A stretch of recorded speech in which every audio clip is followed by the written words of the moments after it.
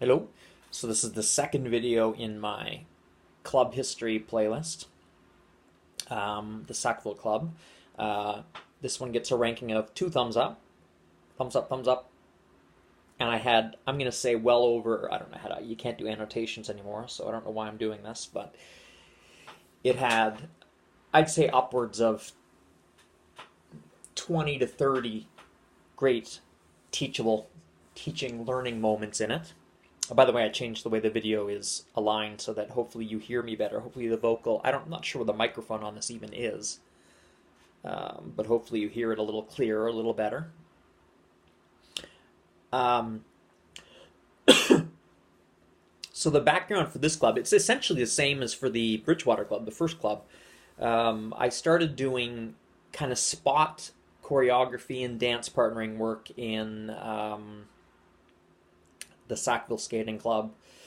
Really, maybe not the first year, but it might even have been the first year I started coaching. But it was certainly very shortly afterwards, second year, third year, started going there kind of part time to do things now and then as required.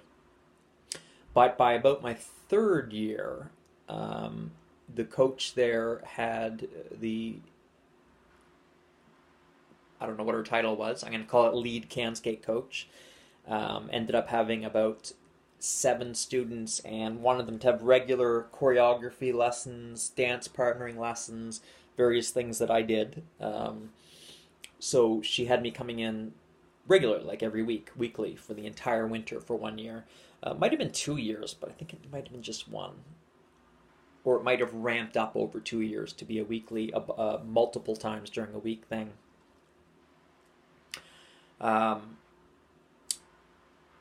She ended up going back to school, the coach ended up going back to school full time, or changed degrees, or got her undergrad and went into a more demanding program. So decided she couldn't coach as much. So she dropped all her private students. She kept doing, I think she dropped several other clubs as well. She just did ran can skate, I think in 2 clubs, Sackville and another club. And because she stopped coaching, you know what? It was even before she stopped coaching. She recommended strongly. The club had problems getting reliable coaches on their sessions. They had, I think, 3 or 4 years where they'd hired several coaches that just didn't show up regularly. I know 3 of them were.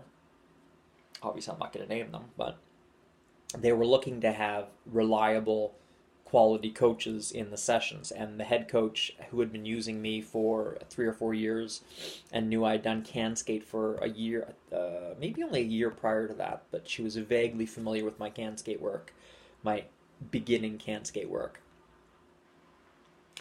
recommended that they hire me. The main issue was they had a pre-can session that ran Thursday noontime, and most of the other coaches had daytime jobs, so they couldn't do noontime. At the time, I still think I was going to university full time, so I was capable of doing the noontime pre-can sessions. That was the introduction to the club, or the pretense for hiring me to the club.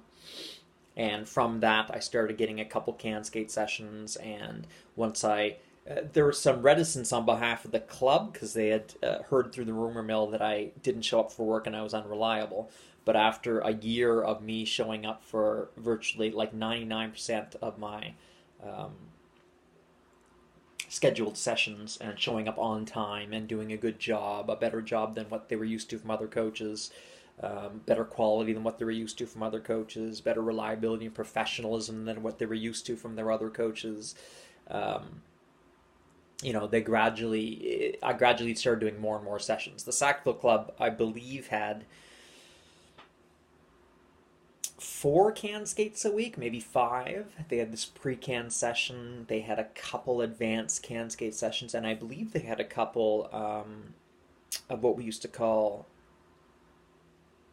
can skate, something after can skate. Kid skate, can skate. Oh, I can't remember. Anyway, they had something after can skate where they had a group session they offered. which was still running at that time. Kind of wish I could remember the name of it. Anyway, it's somewhat irrelevant. And I was in charge of the pre-can. I was in charge of alone. I ran the pre-can alone successfully, competently. I was also put in charge of the post-can skate session and ran that alone for a year, maybe two, but it ran the same time as the junior session. And once I started getting overbooked with my own students, I couldn't do the pre-can at the same or the post-can skate at the same time.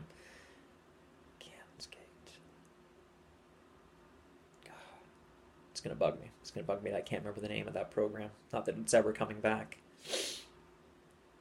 Anyway, but I started doing, and I believe I was committed Saturday, which is where two of their can skates were in another club or another area.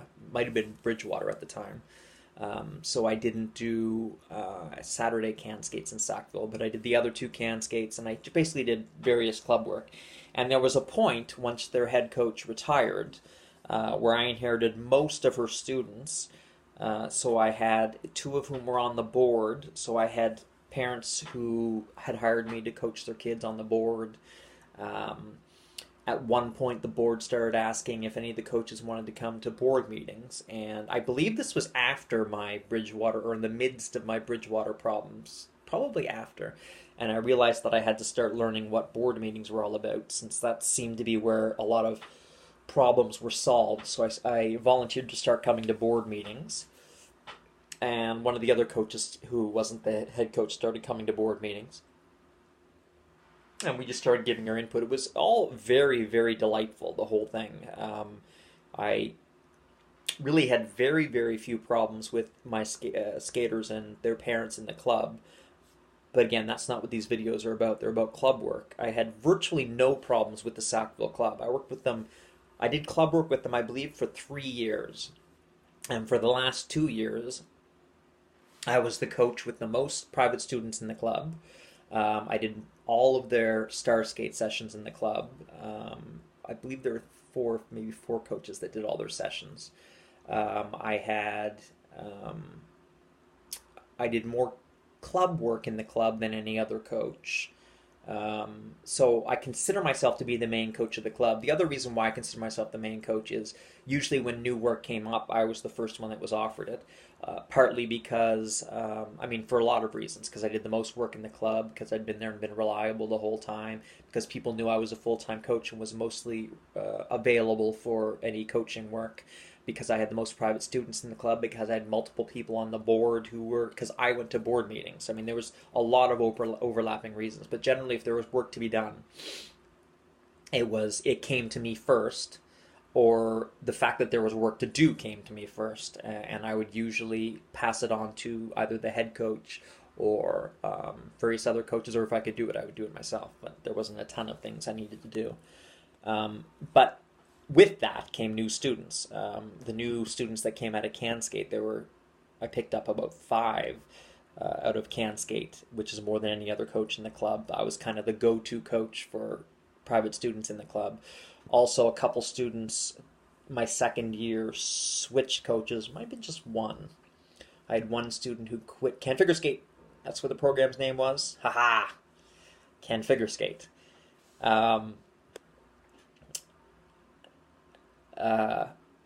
Weird how that comes up. So basically I was the dominant coach in the club at the time.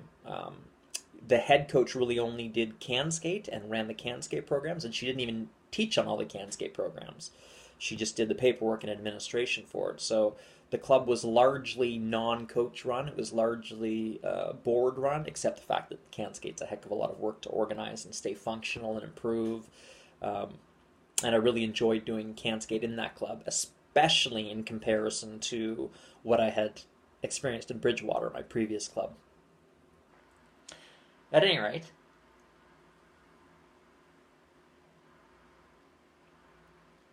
that was basically the experience. Does this need to go any longer? I had a lot of good experiences with the club learning experience, not just with private students, which again, this video is not supposed to be about, But a lot of, because I first started attending board meetings, I saw how little was covered in board meetings, but also how kind of occasionally vital things came up in board meetings that were important.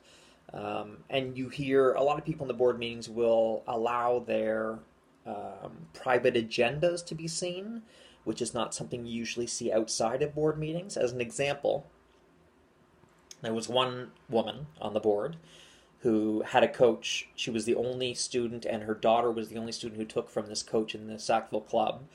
And she loved this coach and wanted this coach to be more active in the Sackville Club. So every single board meeting, I would never have heard of this or knew of this if I didn't go to board meetings. But every board meeting, she would bring up trying to hire this coach for certain things. And there was a seniority in the club, and this coach wasn't even in the top 5 coaches in the club, but this parent was constantly trying to push to get this coach hired for virtually every program, every session. Let's get her to have more students. And a lot of it might have been just selfishly, I want this coach here more often for my own students. The coach eventually picked up a couple more students, I know, in the last year I was there. But again, she was full-time committed to several other clubs. Sackville was kind of her third or her tertiary club for her main clubs. And this mother wanted to change that, and she kept bringing it up in board meetings. And, it never amounted to anything. It was pretty clear what she was doing. It was pretty clear where her bias was. So nobody ever let it affect the decision-making of the club. And, we went pretty clearly by seniority in the club. So, but it was an interesting insight into just the kind of maneuvering politics that go on behind the scenes that you may not be aware of. Especially since I don't really talk to parents on any kind of social basis ever. The whole board was very positive towards me. Again, this is 2-3 years into it, so I had maybe 5 years of built up reputation in it. But I didn't have any problems with any board members. There were board members who were always supporting other coaches overtly, but were also never particularly negative or attacking of me. And the board was very diverse. There was, again, 2 of my parents were on it. There was one person who had no kids in skating, which was really nice to have that kind of objectivity in the club. I was the president for years. There were another coach and I think the other 4 board members each had a different coach each. So there was 5 or 6 different coaches represented by the board, which ensured that there was no particular block of power that was usurped by any coach or any group of parents towards a coach. And I think that really helped with balancing the club and balancing the political power and interest in the club. Also, the top 3 coaches in the club, me being possibly number 1, but definitely one of the top 3, we were all pretty content with our situation. We weren't looking to push any other coaches out. We were happy with our niche. And so none of us were particularly grabby towards the power of the other 2 coaches in the club. And all 3 of us had our own little niches, like I said, and we were all pretty happy in those and didn't really want more. We didn't have time for more. My only real aggravation with the club, I guess there's 2 things that I was aggravated by, but again, mostly, almost uniformly, amazingly positive experience for the 3 or 4 years I was with the club. The first slight irritation was all my private students. The club had 3 days a week of figure skating ice, and my students almost uniformly would not travel 5 minutes to go to another rink to get more ice. So I had a lot of ice time problems, but I wasn't particularly overburdened with students. I think I had 8 at my height in the club, but 8 students 3 days a week is not very many lessons per kid. So there was some inefficiency with trying to improve their skating. But it seemed to work all right. It was just a little bit frustrating that if I needed extra lesson time, extra ice time, it was hard to get. My second slight irritation, which I probably shouldn't mention, was there was a slight breach of contract in my last year with the club. We were signing contracts in October, and in September I had sent all my parents and all the coaches I work with and all the clubs I work with an email saying, hey, I'm raising my rates July 1st or January 1st this year, halfway through the skating season. I just want to give everybody plenty of notice so they know that I'm raising it January 1st. And it came down to signing contracts, written contracts, these legalized, ridiculous contracts that sometimes clubs make you sign. And I looked at the information, and it had the set of dates for the winter session, which was October to March or something like that. And it had our coaching rate written under it. And I said to the president and the other person who was witnessing there, I said, listen, I sent you guys an email saying that I was changing my rate January 1st. This says that I'm going to be charging this rate all year. Is that going to cause a problem? Should I not sign this? Should we wait until we change that? Should I write something in and addend it? Which I should have done. I know now. I didn't know then. So they said, no, don't bother. We'll just print up another contract in January and fill that in correctly, differently in January. Well, when January came and I submitted my first bill to the club, they said, well, we can't accept this. You've raised your rates. According to your written contract that we all signed, you're under this previous lower rate. And I was like, yes, but I had verbal confirmation and email confirmation from the president and again, two of my other parents were on the board. They both knew that I was raising my rates January 1st. They both knew that I was raising my club rate January 1st. So, 3 members of the board knew well in advance, months in advance, that I was going to raise my rate January 1st. So I was a little miffed. They refused to write up a new contract. They refused to addend the old contract. They said, well, you signed a written contract. It's binding. Very, very shady that they all knew in verbal conversations, multiple verbal conversations before I signed the contract, that my rate was going to change. But I mean, I guess that's a learning experience you go through in your 20s when you start signing contracts, that you got to make sure they... I read it. I knew what it said. I knew it was wrong. They said it would be amended and then later refused to amend it. So basically, essentially, I was lied to. That was one of my first experiences with the club saying one thing and doing another. I've had many, many, many since then.